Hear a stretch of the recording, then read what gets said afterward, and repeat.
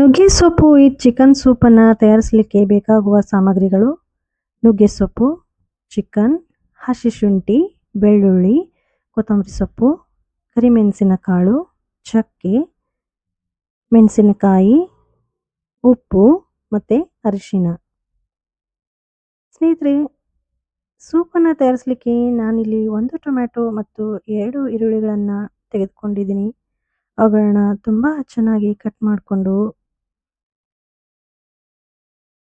ಸೂಪನ್ನು ತಯಾರಿಸಲಿಕ್ಕೆ ಬಳಸ್ಕೊಳ್ತಾ ಇದ್ದೀನಿ. ಇದು ಸೂಪ್ಗೆ ತುಂಬ ಸ್ವಾದವನ್ನು ನೀಡ್ತಕ್ಕಂತಹವು.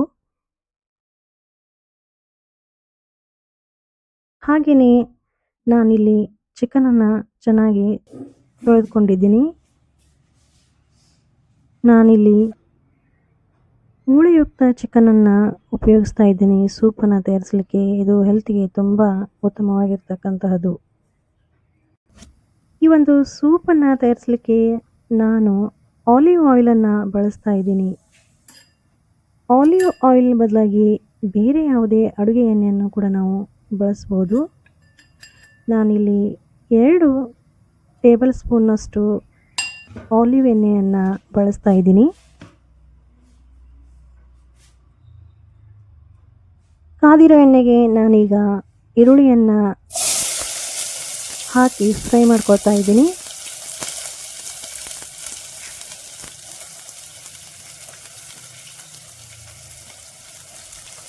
ಸ್ನೇಹಿತರೆ, ನುಗ್ಗೆ ಸೊಪ್ಪಿನ ಈ ಒಂದು ಚಿಕನ್ ಸೂಪ್ ನುಗ್ಗೆಯಲ್ಲಿರ್ತಕ್ಕಂತಹ ಒಂದು vitamin C, vitamin B, vitamin A, protein, calcium, ಕಬ್ಬಿಣ ಇತ್ಯಾದಿ ಪೋಷಕಾಂಶಗಳು ನಮ್ಮ ದೇಹದ ರೋಗನಿರೋಧಕ ಶಕ್ತಿಯನ್ನು ಹೆಚ್ಚಿಸುವಲ್ಲಿ ಸಹಾಯ ಮಾಡುತ್ತವೆ.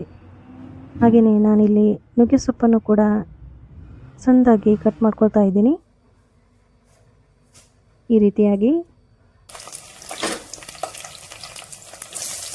ಚೆನ್ನಾಗಿ ಫ್ರೈ ಆಗಿರೋ ಈ ಈರುಳ್ಳಿಗೆ ನಾನೀಗ ಟೊಮ್ಯಾಟೊವನ್ನು ಆ್ಯಡ್ ಮಾಡ್ತಾ ಇದ್ದೀನಿ. ಇದನ್ನು ಕೂಡ ತುಂಬ ಚೆನ್ನಾಗಿ ನಾವು ಫ್ರೈ ಮಾಡ್ಕೊಳ್ಳೋಣ.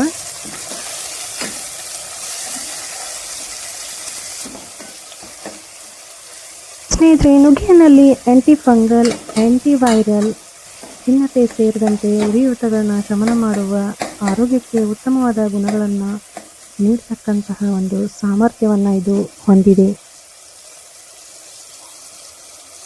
ನುಗ್ಗೆ ಸೊಪ್ಪಿನ ನಿಯಮಿತವಾದ ಸೇವನೆಯಿಂದ ಸ್ನಾಯು ಸೆಳೆತ, ಸ್ನಾಯು ನೋವು, ಹಲವಾರು ಸಮಸ್ಯೆಗಳಿಂದ ಮುಕ್ತಿಯನ್ನು ಪಡೆಯಬಹುದಾಗಿದೆ.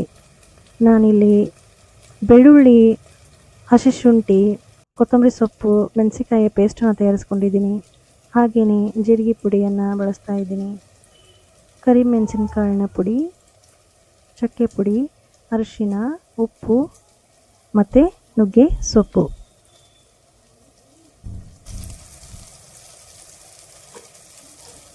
ಈರುಳ್ಳಿ ಮತ್ತು ಟೊಮೆಟೊ ತುಂಬ ಚೆನ್ನಾಗಿ ಫ್ರೈ ಆಗ್ತಾ ಇದೆ. ಈಗ ನಾನಿಲ್ಲಿ 2 ಟೀ ಸ್ಪೂನ್ನಷ್ಟು ಅರಿಶಿನವನ್ನು ಆ್ಯಡ್ ಮಾಡ್ತಾ ಇದ್ದೀನಿ. ಇನ್ನೂ ಸ್ವಲ್ಪ ಫ್ರೈ ಆಗೋವರೆಗೆ ನಾವು ಕಾಯಬೇಕು. ಹಾಗೆಯೇ ಇದಕ್ಕೆ ರುಚಿಗೆ ತಕ್ಕಷ್ಟು ಉಪ್ಪನ್ನು ಕೂಡ ನಾವು ಆ್ಯಡ್ ಮಾಡೋಣ.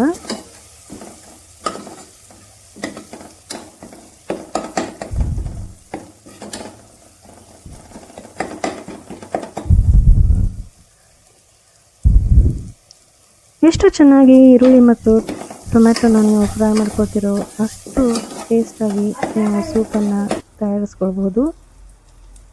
ಈಗ ನಾನು ಇದಕ್ಕೆ ಚಿಕನನ್ನು ಆ್ಯಡ್ ಮಾಡ್ತಾ ಇದ್ದೀನಿ.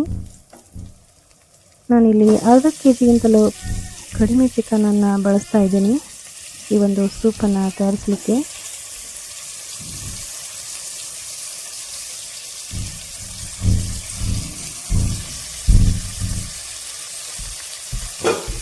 ಚಿಕನ್ ಚೆನ್ನಾಗಿ ಆಯಿಲ್ ಬಿಡುವವರೆಗೂ ನಾವು ಇದನ್ನು ಫ್ರೈ ಮಾಡಬೇಕು. ನುಗ್ಗೆ ಸೊಪ್ಪಿನ ನಿಯಮಿತವಾದ ಸೇವನೆಯಿಂದ ಸ್ನಾಯು ಸೆಳೆತ, ನೋವು, ಹಲವಾರು ಸಮಸ್ಯೆಗಳಿಂದ ಮುಕ್ತಿಯನ್ನು ಪಡೆಯಬಹುದಾಗಿದೆ.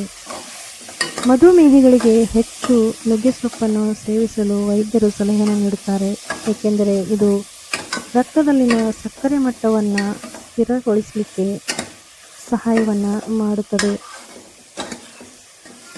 ನುಗ್ಗೆ ಸೊಪ್ಪಿನ ಸೇವನೆಯು ನಮ್ಮ ದೇಹದ ಕೊಲೆಸ್ಟ್ರಾಲ್ ಅನ್ನು ಕೂಡ ನಿಯಂತ್ರಿಸಲು ಸಹಾಯ ಮಾಡುತ್ತದೆ. ಅಷ್ಟೇ ಅಲ್ಲದೆ ಇದು ಚರ್ಮ ಮತ್ತು ಕೂದಲಿನ ಆರೋಗ್ಯಕ್ಕೂ ಕೂಡ ಉತ್ತಮವಾಗಿರ್ತಕ್ಕಂಥದ್ದಾಗಿದೆ.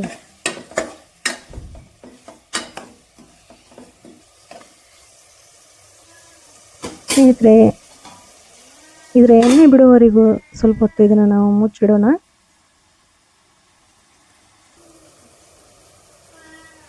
ನೋಡಿ, ತುಂಬ ಚೆನ್ನಾಗಿ ಚಿಕನ್ ಒಂದು ಎಣ್ಣೆಯನ್ನು ಬಿಟ್ಕೊಂಡಿದೆ. ತುಂಬ ಚೆನ್ನಾಗಿ ಫ್ರೈ ಆಗ್ತಾ ಇದೆ.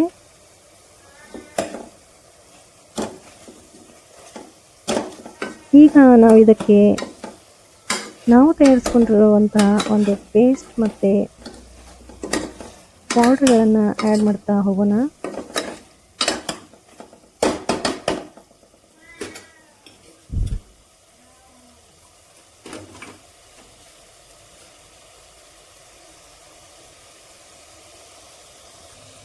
ಇಲ್ಲಿ ನಾವು ತಯಾರಿಸ್ಕೊಂಡಿರ್ತಕ್ಕಂತಹ ಬೆಳ್ಳುಳ್ಳಿ, ಕೊತ್ತಂಬರಿ ಸೊಪ್ಪು, ಹಸಿ ಶುಂಠಿ ಮತ್ತು ಮೆಣಸಿನಕಾಯಿಯ ಒಂದು ಪೇಸ್ಟ್ ಇದು ಚಿಕನ್ ಸೂಪ್ಗೆ ಸ್ವಾದವನ್ನು ನೀಡುವುದರ ಜೊತೆಗೆ ತುಂಬ ಉತ್ತಮವಾದ ಪರಿಮಳವನ್ನು ಕೂಡ ನೀಡುತ್ತದೆ.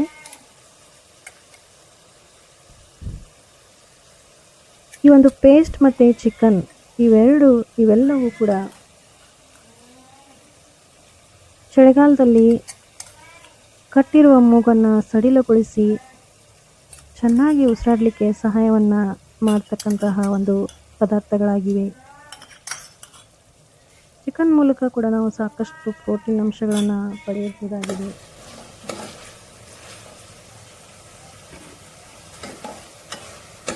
ನಾವು ಆ್ಯಡ್ ಮಾಡಿರ್ತಕ್ಕಂಥ ಪೇಸ್ಟ್ನ ಒಂದು ಹಸಿಯ ಒಂದು ಪ್ರಮಾಣ ಕಡಿಮೆಯಾಗಿ ತುಂಬ ಚೆನ್ನಾಗಿ ಫ್ರೈ ಆಗಿ ಇದಕ್ಕೆ ನಾನೀಗ ಜೀರಿಗೆ ಪುಡಿಯನ್ನು ಆ್ಯಡ್ ಮಾಡ್ತಾ ಇದ್ದೀನಿ. 1 ಟೀ ಸ್ಪೂನ್ನಷ್ಟು, 1 ಟೀ ಸ್ಪೂನ್ನಷ್ಟು ಕರಿಮೆಣಸಿನಕಾಯಿನ ಪುಡಿಯನ್ನು ಕೂಡ ಆ್ಯಡ್ ಮಾಡ್ತಾ ಇದ್ದೀನಿ. ಹಾಗೆಯೇ 1 ಟೀ ಸ್ಪೂನ್ನಷ್ಟು ಚಕ್ಕೆ ಪೌಡ್ರನ್ನು ಕೂಡ ಆ್ಯಡ್ ಮಾಡ್ತಾ ಇದ್ದೀನಿ. ಚಕ್ಕೆ ಕೂಡ ಇದು ನಮ್ಮ ರಕ್ತದಲ್ಲಿರ್ತಕ್ಕಂತಹ ಸಕ್ಕರೆಯನ್ನು ನಿಯಂತ್ರಿಸ್ತಕ್ಕಂತಹ ಕಾರ್ಯವನ್ನು ಮಾಡುತ್ತದೆ. ಈ ಒಂದು ಹರ್ಬ್ಸ್ ಮತ್ತು ಸ್ಪೈಸಸ್ಗಳು ನಮ್ಮ ಒಂದು ಆರೋಗ್ಯಕ್ಕೆ ತುಂಬ ಉತ್ತಮವಾಗಿರ್ತಕ್ಕಂತಹ ಅಂಶಗಳಾಗಿವೆ. ನಾನೀಗ ಇದಕ್ಕೆ ಕಟ್ ಮಾಡ್ಕೊಂಡಿರ್ತಕ್ಕಂತಹ ನುಗ್ಗೆ ಸೊಪ್ಪನ್ನು ಆ್ಯಡ್ ಮಾಡ್ತಾ ಇದ್ದೀನಿ. ಸ್ನೇಹಿತರೆ, ನುಗ್ಗೆ ಸೊಪ್ಪು ಇದು ಮುಪ್ಪಿನ ಪ್ರಕ್ರಿಯೆಯನ್ನು ನಿಯಂತ್ರಿಸಿ ನಿಧಾನಗೊಳಿಸಿ ಚರ್ಮ ಸುಕ್ಕುಗಟ್ಟಂತೆ ತಡೆಯುತ್ತದೆ. ಇದು ಕ್ಯಾನ್ಸರ್ ಕೋಶಗಳನ್ನು ಬೆಳೆಯಲು ಬಿಡುವುದಿಲ್ಲ. ಕ್ಯಾನ್ಸರ್ ವಿರುದ್ಧ ರಕ್ಷಾ ಕವಚವನ್ನು ಸೃಷ್ಟಿಸುತ್ತದೆ. ಕ್ಯಾನ್ಸರ್ಕಾರಕ ಫ್ರೀ ರ್ಯಾಡಿಕಲ್ಸ್ಗಳ ವಿರುದ್ಧ ಹೋರಾಡುವ ಶಕ್ತಿಯನ್ನು ಕೂಡ ಇದು ನಮಗೆ ನೀಡತಕ್ಕಂತಹದ್ದು.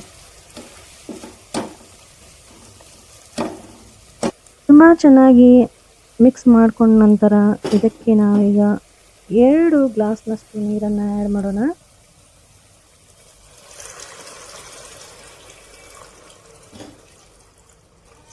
ಹಾಗೆಯೇ ಇದು ಕುದಿಯುವವರೆಗೂ ಒಂದು 10-15 ನಿಮಿಷದವರೆಗೂ ನಾವು ಕಾಯೋಣ. ನಾವಿಲ್ಲಿ ಬಳಸಿರ್ತಕ್ಕಂತಹ ಒಂದು ಹರ್ಬ್ಸ್ ಮತ್ತು ಸ್ಪೈಸಸ್ಗಳು ಅವುಗಳ ಅಂಶವನ್ನು ಈ ಒಂದು ಚಿಕನ್ ಸೂಪಿಗೆ ಅವು ಕುದಿಯುವ ಮೂಲಕ ಬಿಡುತ್ತವೆ. ಇವು ತುಂಬಾ ನಮ್ಮ ದೇಹಕ್ಕೆ ಉತ್ತಮವಾಗಿರ್ತಕ್ಕಂತಹ ಉತ್ತಮ ಆರೋಗ್ಯವನ್ನು ನೀಡತಕ್ಕಂತಹವುಗಳು. ಮುಖ್ಯವಾಗಿ ಇಲ್ಲಿ ನಾವು ಬಳಸಿರ್ತಕ್ಕಂತಹ ನುಗ್ಗೆ ಸೊಪ್ಪು ನಮ್ಮ ದೇಹದಲ್ಲಿ ಪ್ರಮುಖವಾದ ಪಾತ್ರವನ್ನು ನಿರ್ವಹಿಸ್ತಕ್ಕಂತಹದ್ದು.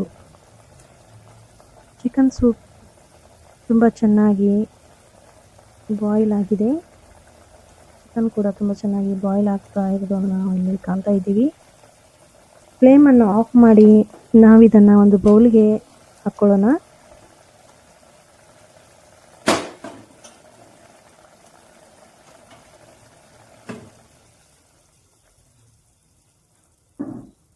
ಈ ರೀತಿಯಾಗಿ ನಾವು ತುಂಬ ಟೇಸ್ಟಿಯಾಗಿರುವ ತುಂಬ ಆರೋಗ್ಯಯುತವಾಗಿರ್ತಕ್ಕಂತಹ ಸೂಪನ್ನು ತಯಾರು ಮಾಡಿ ಸೇವಿಸಿದ್ದೇ ಆದಲ್ಲಿ ಉತ್ತಮ ಆರೋಗ್ಯವನ್ನು ಪಡೆಯಬಹುದು. ಇಷ್ಟು ಚೆನ್ನಾಗಿರೋ ಸೂಪನ್ನು ನೀವು ಕೂಡ ಟ್ರೈ ಮಾಡಿ ಆರೋಗ್ಯವನ್ನು ಪಡೀರಿ ಅಂತ ಹೇಳ್ತಾ ಈ ಒಂದು ವಿಡಿಯೋಗೆ ವಿರಾಮವನ್ನು ನೀಡ್ತಾ ಇದ್ದೀನಿ. ಧನ್ಯವಾದಗಳು.